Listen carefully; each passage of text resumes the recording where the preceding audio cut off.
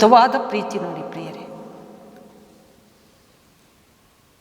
ಎರಡನೇದಾಗಿ ನೋಡುವಾಗ ಯೆಶಾಯ 56ನೇ ವಚನದಲ್ಲಿ, ಒಡೆಯುವವರಿಗೆ ಬೆನ್ನು ಕೊಟ್ಟು ಕೂದಲು ಕೀಳುವವರಿಗೆ ಗಡ್ಡವನ್ನು ಒಡ್ಡಿದೆ.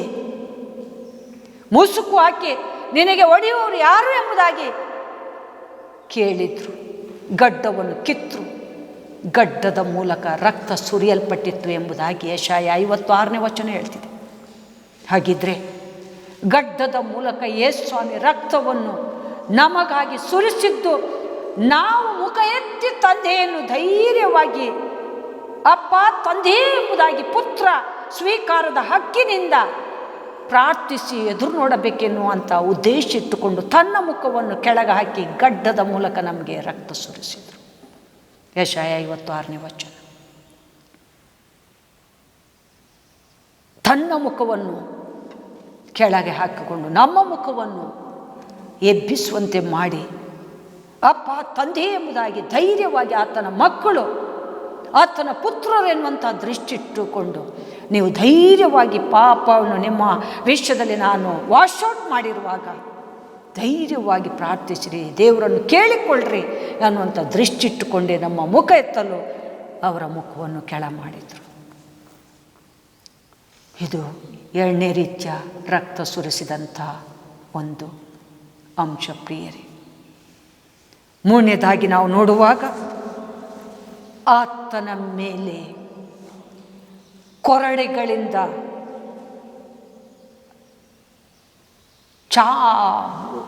ಚಾಟಿಗಳಿಗೆ ಕಬ್ಬಿಣದ ಚೂರುಗಳನ್ನು ಕಟ್ಟಿ ಆ ಚಾಟಿಯಿಂದ ಒಡೆಯುವಾಗ, ಕೊರಡೆಗಳಿಂದ ಒಡೆಯುವಾಗ ರಕ್ತದ ಮಾಂಸ ಖಂಡಗಳೇ ಹೊರಬಂತು ಎಂಬುದಾಗಿ ಯೋಹಾನ 19:1 ನಾವು ಕಾಣ್ಬೋದು. ಚಾಟಿ ಏಟುಗಳಿಂದ ಒಡೆತ್ತ ನಮ್ಮ ಕ್ರೂರ ಪಾಪಕ್ಕೆ ಯೇಸು ಸ್ವಾಮಿ ತಿಂದದ್ದು ನಮ್ಮ ರೋಗ ವಾಸಿ ಮಾಡೋದಕ್ಕೋಸ್ಕರ. ನಿಮಗಾಗಿ ಬಾಸುಂಡೆ ಏಟನ್ನು ತಿಂದು ನಿಮ್ಮ ರೋಗವನ್ನು ನಾನು ವಾಸಿ ಮಾಡಿದೆ. ಎಂಥ ಅಮೂಲ್ಯ ಪ್ರೀತಿ ಪ್ರಿಯರೇ.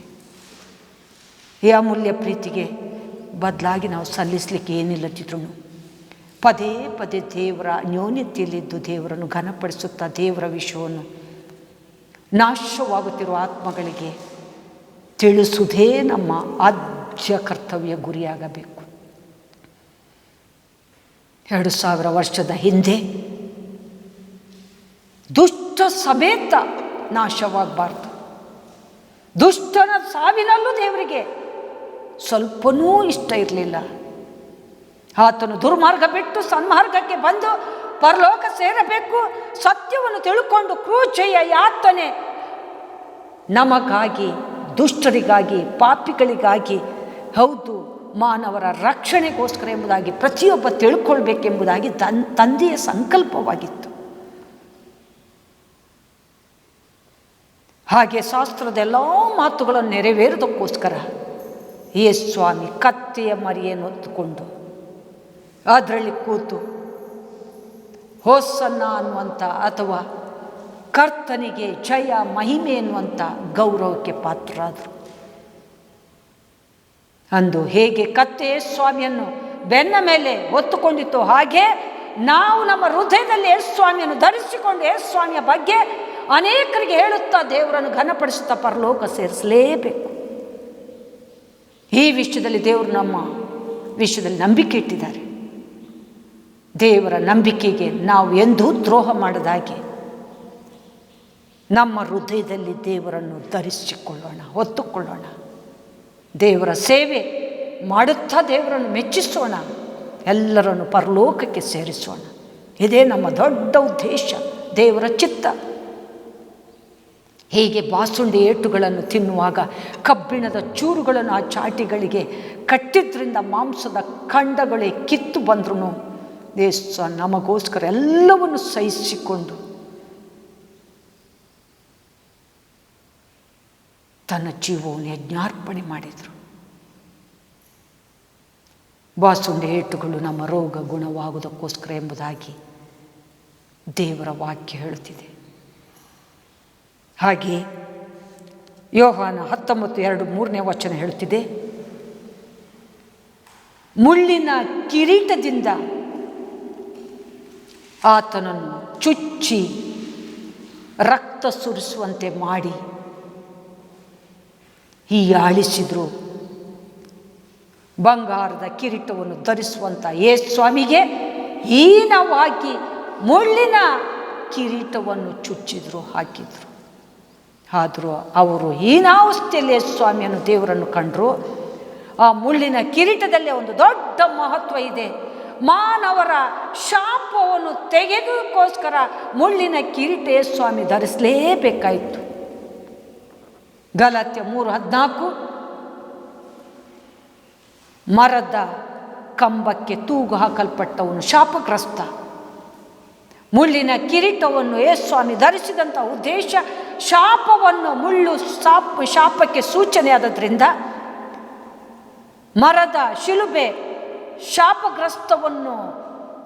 ಶಾಪಗ್ರಸ್ತ ಸ್ಥಿತಿಗತಿಗಳನ್ನು ಕಾಣಿಸುವ ಸೂಚನೆಯಾದದ್ರಿಂದ ದೇವರು ಮುಳ್ಳಿನ ಕಿರೀಟವನ್ನು ಧರಿಸಿ ನಮಗೋಸ್ಕರ ರಕ್ತವನ್ನು ಸುರಿಸಿದ್ರು. ಇವತ್ತೊಂದು ಸ್ವಲ್ಪ ಮುಳ್ಳು ಚುಚ್ಚಿರೆ ನಮಗೆ ಸಹಿಸಲಿಕ್ಕಾಗಲ್ಲ.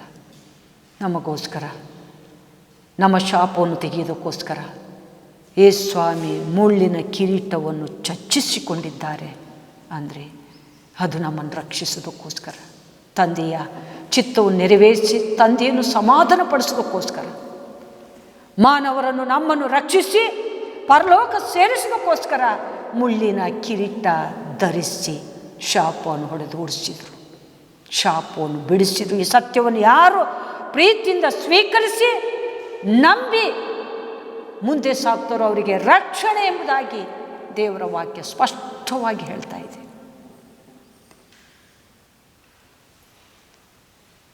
ಸತ್ಯವನ್ನು ಸ್ವೀಕರಿಸುವುದರಿಂದ ನೀತಿ, ನೀತಿಯಿಂದ ನಂಬಿಕೆ, ನಂಬಿಕೆಯಿಂದ ರಕ್ಷಣೆ. ಇದು ದೇವರು ನಮಗಾಗಿ, ಮಾನವ ಕುಲಕ್ಕಾಗಿ ಹೇಳುವಂಥ ದೈವೋಕ್ತಿ. ಹಾಗೆ ಕೀರ್ತನೆ 22:16 ಹೇಳ್ತಿದೆ, ಕೈ ಕಾಲುಗಳಿಗೆ ತಿವಿದರು. ಕಾಲುಗಳಿಗೆ ಯೇಸುಸ್ವಾಮಿ ಮೊಳೆಯಿಂದ ಜಡಿಸಿಕೊಂಡರು. ಯಾಕೆ? ನಮ್ಮ ಕಾಲು ಸುವಾರ್ತೆಯನ್ನು, ಶುಭ ಸಂದೇಶವನ್ನು ಹೊತ್ತುಕೊಂಡು ಸಾಗಬೇಕು. ಶುಭ ಸಮಾಚಾರವನ್ನು ಜನತೆಗೆ ತಿಳಿಸಬೇಕೆನ್ನುವಂಥ ದೃಷ್ಟಿ ಇಟ್ಟುಕೊಂಡು ಕಾಲಿನಿಂದ ಯೇಸುಸ್ವಾಮಿ ಮೊಳೆಗಳಿಂದ ಜಡಿಸಿಕೊಂಡು ರಕ್ತ ಸುರಿಸಿದರು. ಹಾಗೆ ಕೈಗಳಿಗೆ ಮೊಳೆಗಳನ್ನು ಜಡಿಸಿದ್ರು ಎಂಬುದಾಗಿ ದೇವರ ವಾಕ್ಯ ಹೇಳ್ತಿದೆ. ಯೋಹಾನ 20, 24, 25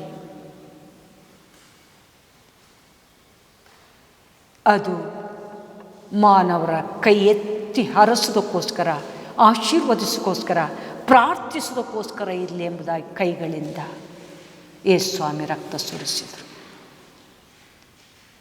ಕೈಗಳಿಂದ ರಕ್ತ ಸುರಿಸಿದಂಥ ಉದ್ದೇಶ ಮಾನವರನ್ನು ಆಶೀರ್ವದಿಸಿ ಹರಸಿ, ಹಾಗೆ ಕೈ ಎತ್ತಿ ಪ್ರಾರ್ಥಿಸೋದಕ್ಕೋಸ್ಕರ. ಕೈ ಎತ್ತಿ ತಂದೆ ದೇವರ ಹತ್ರ ಯೇಸುಸ್ವಾಮಿ ಪ್ರಾರ್ಥಿಸುವಾಗ ದೆವ್ವಗಳು, ಅನೇಕ ಸೂಚಕ ಕಾರ್ಯಗಳು ಆದವು, ಬಿಡುಗಡೆ ಸಿಕ್ಕಿತ್ತು, ಪರಿಹಾರ ಆಯಿತು. ಹಾಗೆ ನಾವು ಕೈ ಎತ್ತಿ ಪ್ರಾರ್ಥಿಸುವಾಗ ನಿಜವಾದಂಥ ಮಹತ್ವದ ಶಕ್ತಿ ಹೊರ ಚೆಲ್ಲಲ್ಪಟ್ಟಲ್ಲಿ ಬಿಡುಗಡೆ ಅಥವಾ ರಕ್ಷಣೆ ಆಗುತ್ತೆ, ಅಥವಾ ಅದ್ಭುತ ಸೂಚಕ ಕಾರ್ಯಗಳಾಗಲಿಕ್ಕೆ ಸಾಧ್ಯ.